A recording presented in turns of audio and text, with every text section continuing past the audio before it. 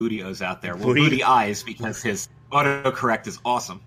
Bootios is a knockoff cereal. I'm sorry to tell you. All those Funko cereals are knockoffs, and they're $12. So yeah, good for you. Good luck. That better be the best. This better be the best tasting damn cereal ever. But generally, you're getting lucky. You're getting a T-shirt prize instead of getting a cheap plastic knockoff. Remember Flutie Flakes? No, neither of you would, because you didn't live in Central New York when Doug Flutie went nuts on the Bills. I don't believe so. No, there was that one season where Doug Flutie went to the Bills and he was fucking insanely awesome that season. Wegmans, which you might be familiar with. I do know Wegmans. They started selling Flutie Flakes, which were essentially like Frosted Flakes, but with Doug Flutie on the cover. That was a big thing. And people collected the boxes and stuff like that. Of course they did. Flutie Flakes, straight out of 1998. I got both of the Simpsons cereals when they came out. There was the Homer and the Bart. And I kept the boxes. I don't think those were as memorable, but... I used to get the Nintendo cereal because the Zelda one was terrible, but the Mario one was amazing. I actually liked the Zelda one. I didn't care for the Mario much. You're the opposite guy. Yeah, I liked the Zelda cereal. When is this opposite week? Yes, indeed. If you have any milk, oh god, not again. Next match. All right, first contender for Women's Match of the Year comes out as Rhea Ripley defends against the gorgeous Toni Storm, who I am super behind because I think she's amazing and purdy. And she won the title, which I was really hoping was going to happen, but I was still kind of unexpected. And I thought she would win because she's so over. And also, she hasn't, hurt half the roster. Correct. So this was a great match. This was very hard-hitting, and there were a couple of spots where I'm like, oh god, not again. Oh, believe me, I said the same thing. I sat here watching it going, oh my god, oh my god, oh my god. Please don't die. Please don't die. But Toni Storm is the right person to be representing the women's case, so. Yeah, she one of them Aussie hotties. And we got two of them on the main roster, and we got one of them in UK. And now comes the main event, our next Match of the Year candidate. And definitely Match of the Night. Holy Mother of God. All right, first things first. Pete, I think, needs to be up for Wrestler of the Year. For Male Wrestler of the Year. I think I put him up there already. Yeah. This guy is the epitome of British strong style. And it's really cool that they gave him the UK title to get Tyler Bate over. But ever since Pete Dunne won it, they're just like, no, this guy's too good. Well, I mean, he can do everything. There's no style that he doesn't seem to touch. His favorite style is fuck your fingers. Well, yes. He's always looking for a good finger fucking. You watch his match. He does everything. He's the destroyer. He does the British strong style. He's got some lucha in there. He freaking does Japanese strong style. He's got some submission. He's the perfect size to hybrid it up, brother. That's why he's the cruiserweight. This guy is awesome. And Joe Coffey I wasn't overly familiar with until I started watching NXT UK. And this guy's freaking amazing, too. Absolutely. He can go. And he brought out probably the best in Pete Dunne. So far. Yeah, this was an incredible match. And the aftermath. Yes. He's here. It's about time. Fucking forgot about that he got signed. Good old Walter. Shut the hell up. Oh, wait, that's the wrong Walter. He's gonna. I think he's going to be the guy that's going to end up taking the title from. Well, I'm thinking he's going to need to, because word is that he's not leaving there because he doesn't want to move here. So that means he's only going to work NXT UK. That's what he said. Which means he's going to be the guy at NXT UK. Well, look at him. When he came out, he just looked like the epitome of everything that is, I'm going to kill you.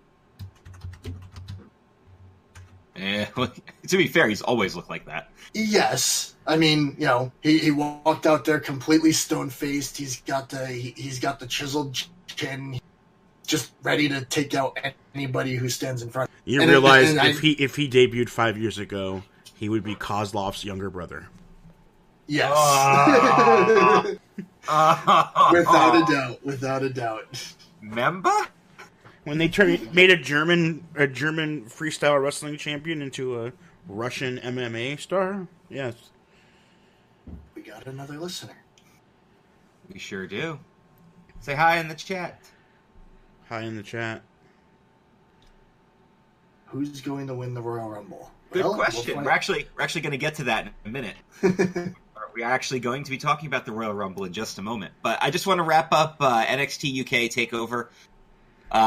I love the NXT UK brand from the little I've seen of it. I don't watch it as much as I should.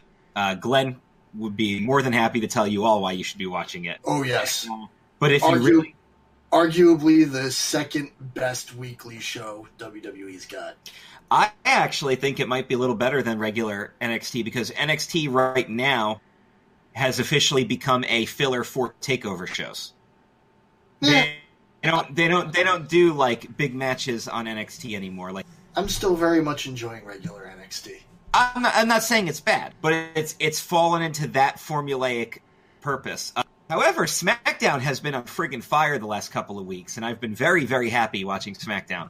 Oh, I've been happy watching SmackDown too. I just don't think SmackDown has been nearly as good as NXT or NXT UK. No. That's also an unfair comparison. So, Walter makes the big boot. Shades of Test. Oh, no. Member Test? I remember Test.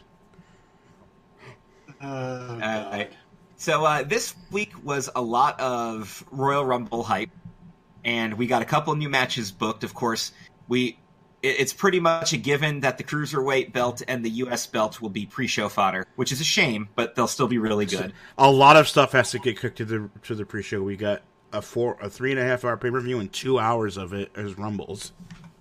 Yeah. Yes, sir. Is it 3.5 hours, really? Oh, yeah. It's one of those super ones, isn't it? Because it's a big... It's Rumble, so it's one of the big five, so it's going to start at 6? Pre-show at 5. There'll be another pre-show match, too. What's not on the line yet? Maybe Lashley will do something with the IC title. He's going to be in... But he could do the double. Main shot. show is at 7, so it's still... Oh, okay. So it's going to be pre-show 5 to 7, and then regular show 7 to 1. Yeah, instead of 10:30, it'll probably be 11:30. Well, they've been good about not going over their time. Well, they're gonna now. And they've said that, before this year, or was it about 3/4 of the way through last year, that they are hard stopping at their times.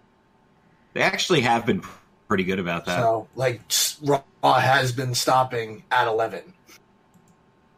Actually, that TakeOver ended right about when it said it was going to on the network. Yep. It was pretty much exact. But yeah, they've been doing good about their times.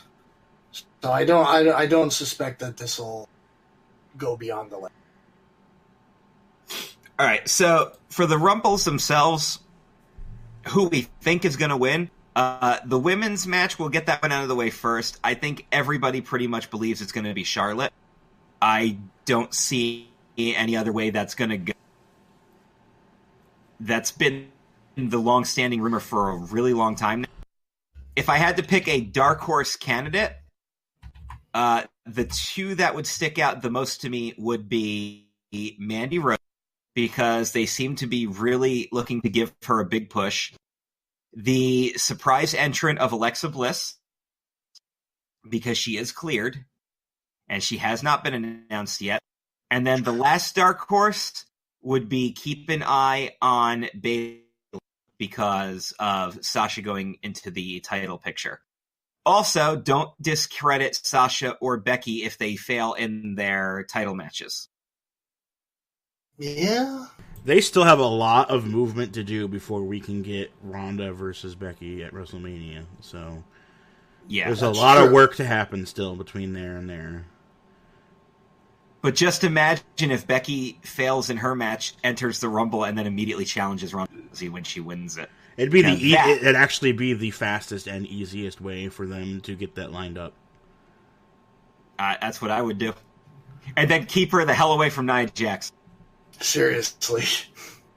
No, I don't think Sonya Deville, because they're not pushing her the way they're pushing Mandy. I like Sonya Deville, but... I do like Sonya Deville, too. Let's talk about Mandy. All these freaking losers going nuts about her taking the robe off, and she's wearing more clothes than she does when she's in a match. Yeah. Well, and everyone's like, "Oh my god, she's almost naked." I'm like, "She's wearing more clothes than she does when she's wrestling." I put that one to bed in our group because there was ridiculous outrage over it on the interwebs. Like people were saying that this was a regression for the women's movement when it's not. Well, they were talking really, because I'm pretty sure that Alexa ended with her getting her ass beat by Naomi, and he didn't. Yeah. They were talking about that with the whole Alexa Bliss topless. Which she wrote that segment herself to pay homage to Trish. And it furthered her character because the guy knocked how many times, announced himself, and then she still acted like... You could tell she set that up, too. Like, she wasn't actually topless. She was, like, had her top off and was holding it. They set that up perfectly. But again... People just want to be, again, and we've discussed this before, people want to be offended by everything. That's why people were flipping out over a friggin' Gillette. Frickin' A, dude. People get offended over everything, which is ironic because the commercial was pointing out the people got offended, defeated the purpose of the commercial. But this is what we are right now. Everyone's offended by everything, and everything's regression, and nothing's regression. You want the attitude back, but as soon as a little bit of attitude shows up, you get offended. Would you like to hear a quick fun fact about the Women's Royal Rumble, though? Would you like to know who the likely odds-on favorite is to win the whole match? Number 30. Alicia Fox. Alicia Fox is statistically the least likely to win. I would have said Carmella because I think both of the 30s are going to get tossed. Why is that so funny? I still think R-Truth is going to enter the Women's Rumble. Oh, God. I think he's going to come out at number 30 and think he's in it. And it's going to be friggin' hysterical, and I'm going to laugh my ass off. My bad, dog. That's on me. That's on me, especially if he actually gets eliminated by one else. Didn't he, pulled out a ladder at the last Rumble? Yeah. And you know what? I bet you people will complain. They put a guy in there. They defeated the whole purpose. They could have put a deserving girl. But they didn't. Same with James Ellsworth did not win that Money in the Bank. Yeah, it actually worked for the character. But that was like... And he also didn't win the match. No. It was not him who won. I'm going to go with the two statistically most likely candidates to win the Men's Rumble match, and that would be either Seth Rollins or Drew McIntyre. They seem the most likely to me. I'm still not feeling that it's going to be Finn. So or Seth rather. So I think it's going to be Drew. That would be my pick. And always, I want someone who hasn't already won at Rumble or already been a world champion 5 times. Which is why last year's Rumbles were fucking perfect. Yeah. Also, 2 of your favorites, but that... Because we know you like them Japanese. Mm. Well, we do too. Yes. Not saying that, but when... I actually had an issue with the Women's Rumble last year because Asuka won it, because she was still on that undefeated streak, and I was like, well, we know she's winning this, so it was almost pointless to tease anything else. And then, of course, they picked the wrong final person, but, again. Just my opinion. They picked their biggest star to be the last elimination. Yeah, whatever.